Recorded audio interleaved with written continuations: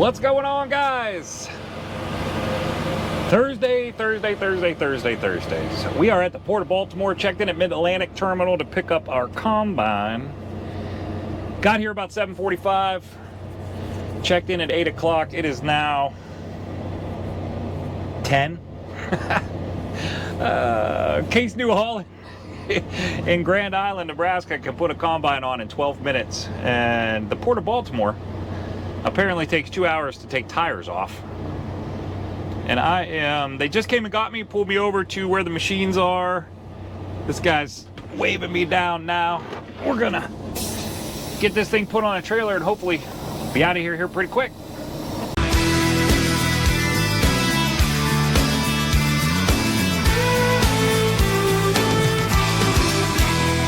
We ride across these plains and prairies, rocky mountain highs, fade off into the distance like ghost riders in the sky. Black smoke and white line, steel horses side by side. It's more than just a living, y'all. Hell, it's our way of life. We're the last of the cowboys.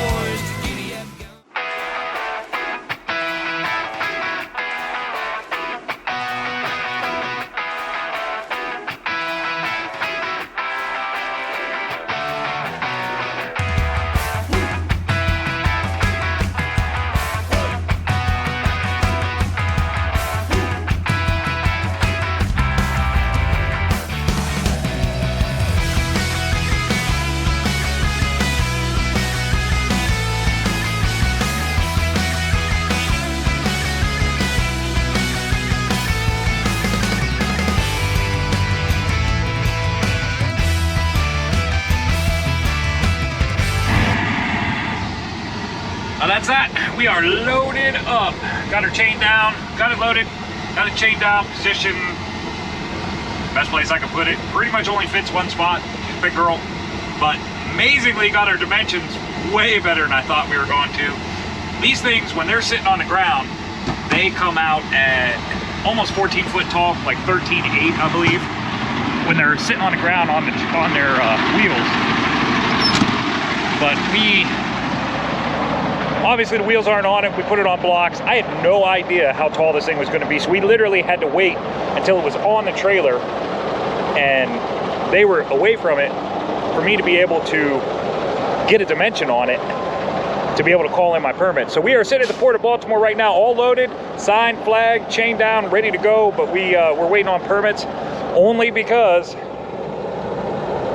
we couldn't permit it until it was on the trailer, so I had no idea what it was gonna be on height. So this is our baby right here. Pretty nice looking machine.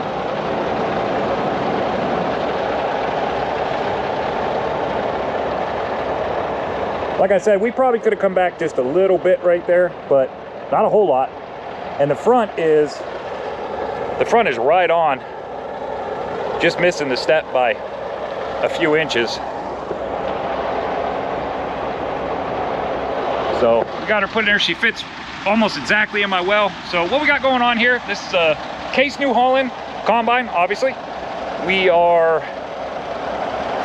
she weighs in at about 43,500 pounds. That's what the paperwork says. Obviously I haven't scaled it yet, so I don't know, but 43,500 pounds. We are 11 foot 8 inches wide with the tires off. And I measured that thing, believe it or not. I measured that chute right there. It's the highest point, and it came in at 13 foot 6 inches dead on. So I went ahead and permitted for 13.8 just in case, because I was kind of on, when I was loading it, we were kind of on a little bit of a hill, so we needed to, I wasn't 100% sure that the 13.6 was accurate because the trailer might have been leaning a little bit toward me, so I probably should have measured the other side too. But we just went ahead and permitted for 13.8. Probably not going to make any difference for routing. So here's what I did for securement. 43,500 pounds. We need what? 21,750 pounds worth of securement. They have these up front here. They have these nice tie-down points. These are really nice. They have these tie-down points with these holes that they want us to use. But that hole, they didn't cut that thing long enough for us to get my hook in there. So I couldn't use that with these hooks. So on this end here, I just wrapped 2 chains right around the lifting lug and a tie down point. Came right down to the trailer.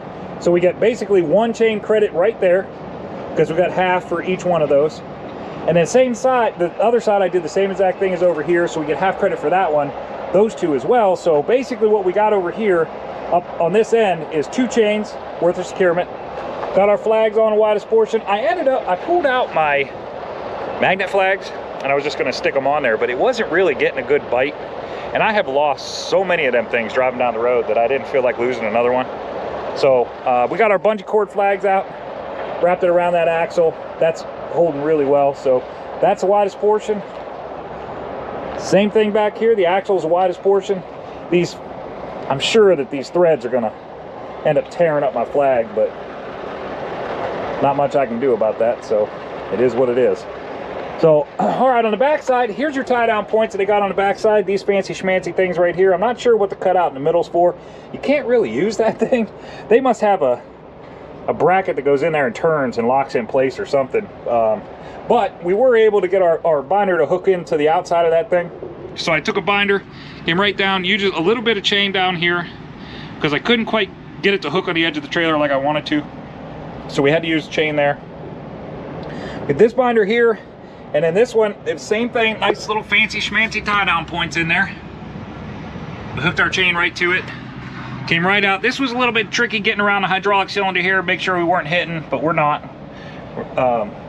Came right down to the trailer here. So again, same thing, got 1 chain worth of credit right here. Did the same exact thing on the other side. So we get another chain's worth of credit over there. So we got 2 chains on the front, 2 chains on the back. 6,500 pounds each. That gives us 26,000 pounds of securement. Caught myself. I think I need to put another chain on somewhere. You ever had one of them days where you're doing math in your head and it seems like your mather isn't mathing like it's supposed to math? That's what was happening to me right here. We didn't actually need, I don't know why my brain converted this 21,000 pounds of required securement into 27,000 when I was talking, but we actually were fine with the securement we had. So I'm gonna have to, while I'm waiting for my permits here, I'm gonna have to drag out another chain. They got a couple tie down points in the middle here I could probably use, get another chain out and get a little bit more securement on that thing. Wow, see, this is, even I check myself with a video. So this is what the back looks like. Obviously got our sign and flags on the back, got our lights flashing. We climbed up there and folded those mirrors. Those mirrors were actually sticking out pretty far. So climbed up there, folded those mirrors. I had to climb around the front because I couldn't get through. Climb around the front and close that mirror in over there. Get it shut down. So our axles are 100% the widest portion of load. That's about it. She looked pretty good. We're just sitting here waiting on permits. I'm gonna go ahead and break out another chain, a couple more binders. We'll throw. Yep. Yep. Yeah, I'm still thinking I need that extra chain. We ended up putting 1 chain, 2 binders more on this load than what was required, but I've never seen a DOT violation for having too much securement, so not necessarily a bad thing. Thumbs up for me. Throw 1 more chain somewhere, just to make sure we're okay. Oh man, sometimes I'm glad I do these videos. So there you go. We will talk to you guys soon.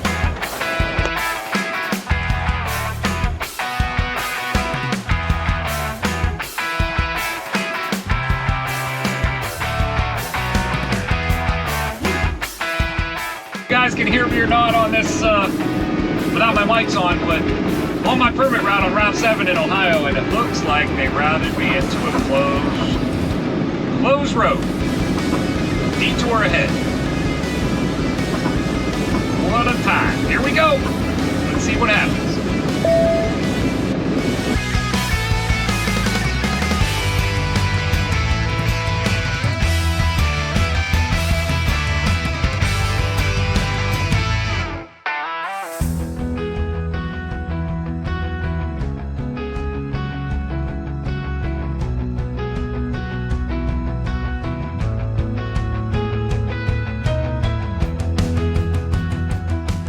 All right, guys, so there you go. We got this thing loaded up at the Port of Baltimore, ran our fuzzy butt right onto the house for the weekend. As you saw a little bit ago in the video, we got routed into a closed road. These things happen. They don't happen very often. The states are usually pretty good about knowing that the road's closed, but in this case, we got routed into a road closed. You get in a situation like this and you don't know the roads around there, you definitely don't want to try it. We just had an incident in Ohio where a guy hauling an oversized load hit a bridge, and he hit that thing solid as can be, and there's all kinds of issues there, and I'm not even going to get into that, but that's one of those things that can happen on this type of a detour. He wasn't on a detour, but that's what could happen. So I just happened to know this one, so I knew that it would be good, but I also wanted a little bit of prior approval before I just went ahead and did it. So that's what we did.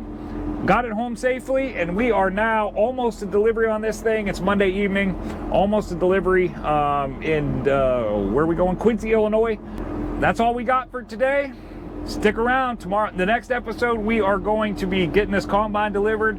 Then we're going to run up and load a tractor headed for Baltimore. We're going to have to take it home for the 4th of July weekend, and that's going to be it this week. Short week. We're going to talk about that on the next episode. So stay tuned, everyone. Everybody stay safe out there.